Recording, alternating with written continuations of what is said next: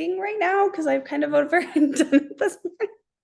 So don't mind me, just my body language is a little off. I'm awkwardly icing right now. Oh my gosh. What's going on? Why are you icing? Oh, well, so I just barely explanted a few Yeah. weeks ago, right? Yeah. So it's a whole thing. We're 5 weeks post explant, but I had an accident with my little boy where he head butted me, and I Oh, have a fairly severe hematoma that I'm getting treated on Wednesday. So yeah. whole thing. Oh gosh. I know. Oh man. I'm sorry. No, I'm don't sorry. be. Does the icing help you feel better? It does, oddly, because if for whatever like using my arms lately, if I use them too much, Mhm. it just starts burning. Both sides start burning, but mostly the right side where the hematoma is, and for whatever Yeah. reason, that still helps. Icing is like magic. And I didn't discover it until honestly, I think I was like almost 40 and I discovered it. And I was like, where has this secret of the human race been my whole life? You know? Why has no one told me this? Right? Oh Amazing. my gosh, Yeah. that's so funny. I I am so excited to talk to you. Can I just Oh, tell you, good. like, I'm just next level. I'm sitting here, I'm browsing your book. My lighting Nice. is, yeah. And I've started like you can see I've already started highlighting. Love that. Oh my gosh. Send me a picture of you with it because I'm going to make a giant carousel of women with my book. So Oh, send absolutely. I would love that. me a selfie with Would it. love Yeah. that. Yeah. Well, this is the goal of this is truly, I know we didn't talk about it too much, but I really what the plan is, let me explain it this way, I guess. I have met with several high-end surgeons who focus on explants, and I'm only meeting with people who actually believe in breast implant illness Hmm. and genuinely are surgeons that I would recommend women go to. Right. Right. And so I have a handful of them that I've interviewed. But it's really important to me that I don't just touch on the surgical side because that's obviously a super critical component of healing after this, but the reality is we only have so much control of that Yeah. part, right? And Hmm. the emotional side is really, really important, as you know. I don't have to tell you that. Um, right? You have a whole book about it. And so I genuinely want your insight on this because we are launching Explant Secrets, the podcast, here at the end of the month. And I want to make sure that the goal is that it be a resource for women who genuinely just don't know even who to ask, right? And so for the women that don't know your name, Yeah. I want them to know that it's a trustworthy place that they can find doctors' names, they can find you, they can find people that they can trust. And so I want to introduce you to them. I definitely want to talk about the book. So all the personal promotion by all means, like no limitations there. Um, but really I just want to get to know you. So I'm it's just a conversation. I don't really know, like obviously I know a lot about your expertise, but I don't know a lot about you and your personal journey, and I would I know love to I know don't that. do a very good job of sharing that. And I'm not shy. I am so transparent. It's like I'm so busy doing other stuff. I forget that, so Yeah. I actually really only ever really talk a lot about it on podcasts. It's Oh so yeah. interesting. So, but I am an open book. So you can Oh my ask me gosh. anything you want. I think I actually have very strong feelings that I like that you're calling your brand Explant Secrets because I just feel very strongly that women should be able to talk very openly about this whole experience. No shame about having breast implants. And we need to be crystal clear about explant, and that if we are Totally. censored or kicked out of groups because of our experience or whatever, that's not helpful, And so I'm an Absolutely. open book. I Well, just, and how yeah. many doctors do we go to? I mean, I just had two or three women messaging me today that are talking about this doctor said that I don't have to have my capsules removed. And like it's just it's the secret part is that it's there's so much garbage circulating out there, right? I know. And you're absolutely right. Like people are being our voices are trying to be suppressed. I don't love that. So I'm No, glad that we're on the same page. it's not I helpful. assume you have had breast implant illness. Oh yeah, yeah, yeah, definitely. We can talk about that for I sure. would love that. Where Yeah. did it even start for? Because I mean, obviously your PhD probably started, I'm not obviously, I'm assuming, your You are so PhD. cute. Oh my God. I love you. Thank you. Stop it. Stop. Keep going. Keep going. I knew we were going to be friends. It's so great. I love it. Obviously, in my head, your PhD started way before you, got sick or anything. But I would love, like, how did this even happen for you? How did you end up writing Busting Free? What was your story? So I never really struggled with my breasts. They were small and they fit my body, and I I love wasn't really that. worried about them. And it wasn't until they had done like a really good job at nursing that I was like, huh, those are kind of crazy looking, I don't recognize and these anymore. yeah, yeah. And my mind just couldn't really let it go. It just kind of decided that that post-nursing silhouette was, almost like a threat that needed to be corrected. And we live in a time where women are given that option to Sure. surgically, correct our breasts. And I just did the quotes. So anyway, I went ahead and got breast implants after our last child, and kind of Can I had to ask how old you are? rationalize. What'd you say? Oh, I'm sorry. I didn't mean to talk over you. I just think, how old were you at that time? Gosh, I was in my early 30s. Oh, okay. Yeah.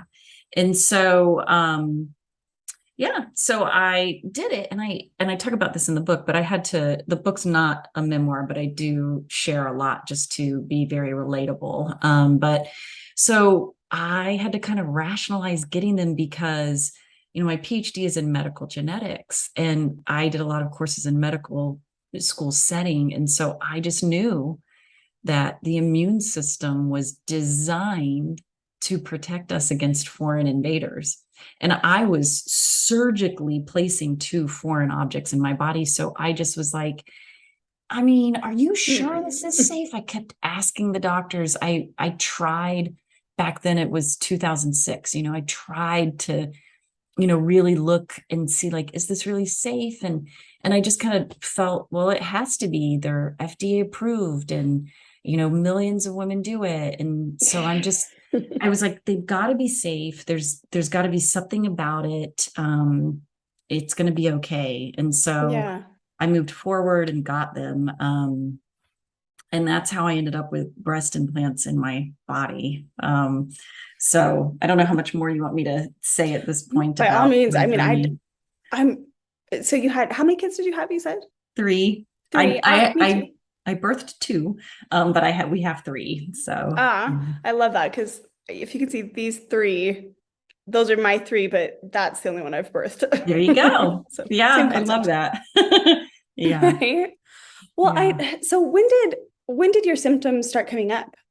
Yeah, so I actually knew nothing about breast implant illness until the day I went to consult for explant. I'd never heard of Really? it. And so looking back, I started having local problems, not systemic, but local problems with my breast implants, you know, a couple of years into it. I had them for 12 years. And so a couple of years into it, I was having that, cold implants, the beginning of capsular Interesting. contracture, um, just feeling like they were okay for you to look at, but not to touch because they were hypersensitive, like really, really painfully hypersensitive. And so, I was struggling with those issues, but they were under my threshold, really, because I I just kind of tolerated them. And then as I was moving forward, the capsular contracture was getting worse. All of my hugs were compromised.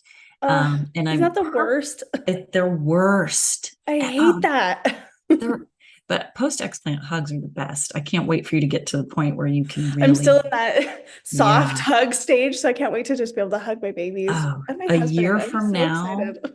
yeah, you're gonna, they're the best. I used to feel apprehensive over every single hug because I didn't know if it was going to hurt me.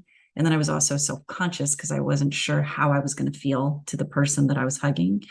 And that's so sad that they were all compromised like that. And now I am so present moment aware of every single hug and that it's implant free. And I love it, you Love that. know? Yeah. So I had a lot of the symptoms that are on breast implant illness sheets, but I never once attributed them, nor did any of my providers attribute them to the fact that I had breast implants. And, you know, a lot of those symptoms are non-specific and they show up with other things.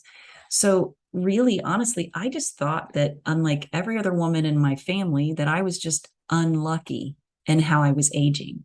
I was Oh, like, wow. well, I'm just in a lot of pain. I just have joint pain. I just have a lot of arthritis. Oh, look at me now. I have peripheral neuropathy. Oh, look at me now. I have all these chronic infections. I have all this GI stuff.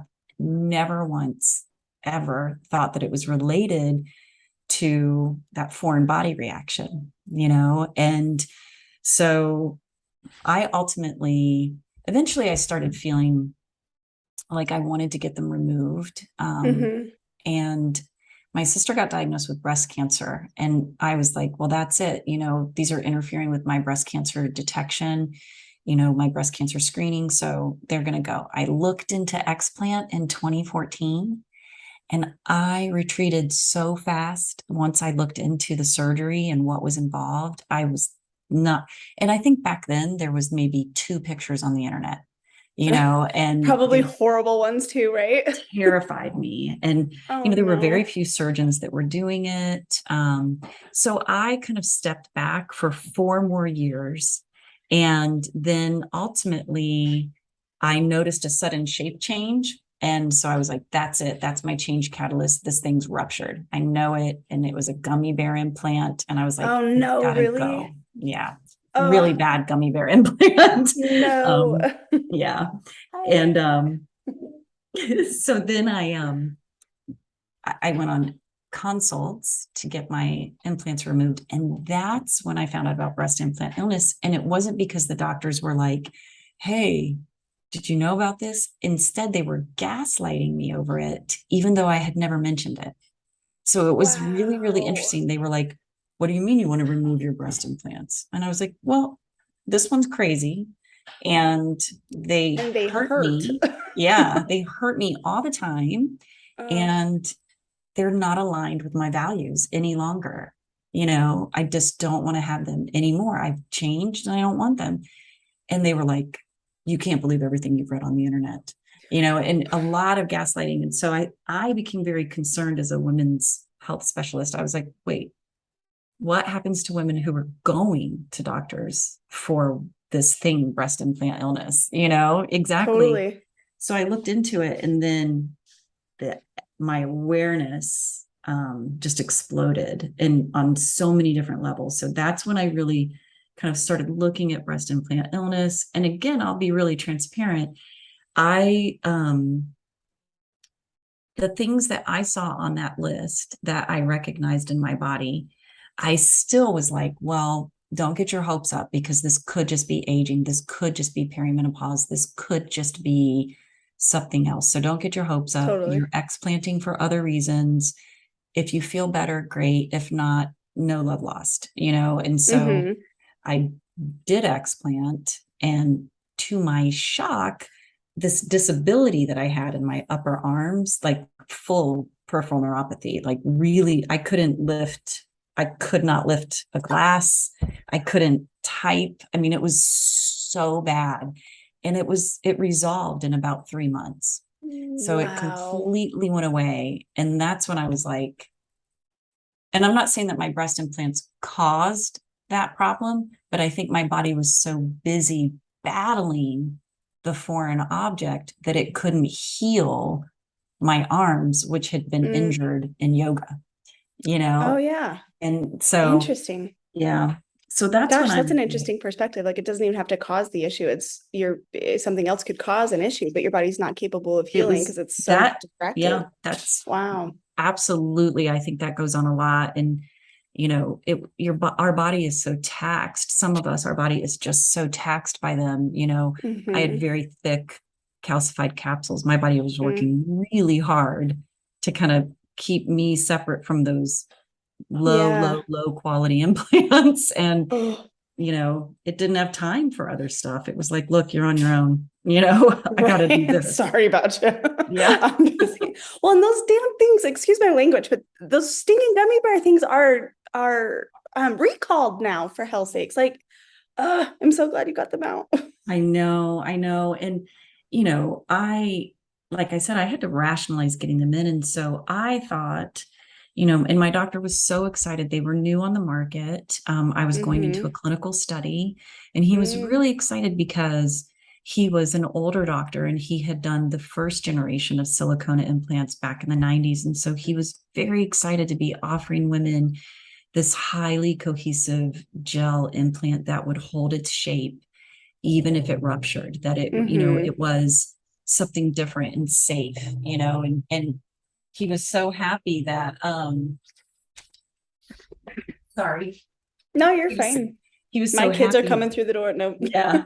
no issues. My neighbor just started their car. Oh. So he was just really happy. He thought he was offering me something really safe that would last a lifetime, and he was Mm-hmm. really assured me that, because I was so afraid of surgery, he was like, no, this is a, kind of a get it and forget it surgery. Wow. You'll be safe and these won't ever rupture. Even if something does happen, it'll hold its shape. It's highly cohesive, so it won't go into your body. And when I explanted, one of them was ruptured and had that cracked appearance, and it was dripping liquefied silicone, and I know Oh, my wow. doctor would be mortified if he was seeing the pictures and things that we see now of how those are actually holding up in a body, because it's not what they had thought. Yeah.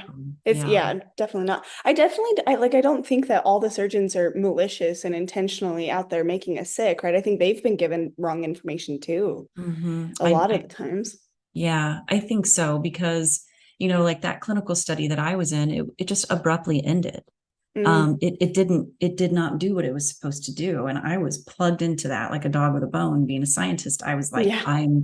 I showed up to all those appointments and I kept pointing out to the coordinator. I was like, these questions are leading and these questions are missing my full experience. Like they're asking if I'm satisfied, but they're not tracking that, like, my implants are freezing cold and, like they're That not is so tracking. weird. I've Yeah. never even heard of that. Yeah, start asking women about it. You'll be Oh my surprised how many gosh. are like, yes, they are so cold. Oh, so well, and now that you say that, like my skin would get cold, but I didn't realize that that could be part of it. That's so interesting. Yeah, I mean, it's Wow. thick gel, and I don't think your body can warm it if you don't happen to have a lot of breast tissue around it, which I didn't, Yeah. Right. Most of So us don't. I mean, that's why we're yeah, getting them put in the first place, right? exactly. Yeah, yeah, Dang. yeah. How They long did you actually have your implants? 12 and a half years. 12. Yeah. And so when I went through explant, so I started connecting with other women on these journeys. That's what we do. And Mm-hmm. I saw it all through the eyes of a psychotherapist and a scientist. So, while breast implants were in my body, I went back to grad school and then I became a psychotherapist and did a lot of changing myself. So, so when I was going through my explant journey, I saw all the mental and the emotional and the social fallout. I saw women being abandoned by partners. I saw women having to try to talk to children that never knew that their mothers even had implants. I saw women dreading seeing that catty sister-in-law afterward. I saw women really struggling with their self-concept. And really, if you think about it, when you get them for augmentation, you got them because you believed that you needed to fix something about yourself. And so when you're removing them, even if you're eager to, even if it's for health, you're still returning your body to something that you once thought wasn't good enough. You know what Right. I'm saying? And if Mm-hmm. you get them for reconstruction, it's because you want to feel whole or complete. And so if you're After just explanting to going through something super traumatic, right? I know, right? And so for them, when they explant a flat, they are now moving through a completely different emotional experience, with a Yeah. different kind of grief and loss. And so I saw all of this, and what I didn't see was any recognition of or support for it. Right. And like you said, when we first got on, there's a lot of focus around the surgical side, which is fabulous. It's a pretty involved surgery, or it can be, depending on how you remove them. And so should be if you're right. if you're getting those If you're capsules getting out it and you're done doing ink right. block and all that. Yeah. Yeah, And totally. so, I saw all that focus, but there's this, I think these journeys start long before you get implants, and they stay with you. Those thoughts and feelings can stay with you long after you explant. It's like you Oh, I get your totally breast agree. implants removed, but you don't stop that kind of comparative thinking. Right. You don't unlearn what you once learned about how your body ought to appear. So Yeah. yeah, so that's why I wrote the book. I was like, okay, I want to write an actual legitimate self-help book that helps women, if you're living with your implants and you love them, but they aren't permanent, they're not lifetime devices, and you're going to get them out someday. There's things you can be doing for yourself. If you're preparing for explant surgery, don't just focus on the surgery, focus on your inner well-being as much as your physical journey, and if you've long ago explanted, but you kind of white knuckled your way through it because you had to, you can still go back and work on reclaiming your heart and your mind as well. So I love that's, that. yeah, that's, I excuse me. Such an interesting perspective because I have my own experience, obviously, but in my Explant Secrets journey, I've had the opportunity to discuss this with several women who are also going through the same thing. And it is amazing to me, Amanda. Can I call you Amanda? Is that yeah, okay? absolutely. Okay. Mm-hmm. um, like me personally, I got my implants put in when I was 19 years old. Mm-hmm. I don't think that that should even be legal, looking Mm-hmm. back at it anymore, right? I Mm-hmm. didn't even have time to build my own boobs, much less, I know.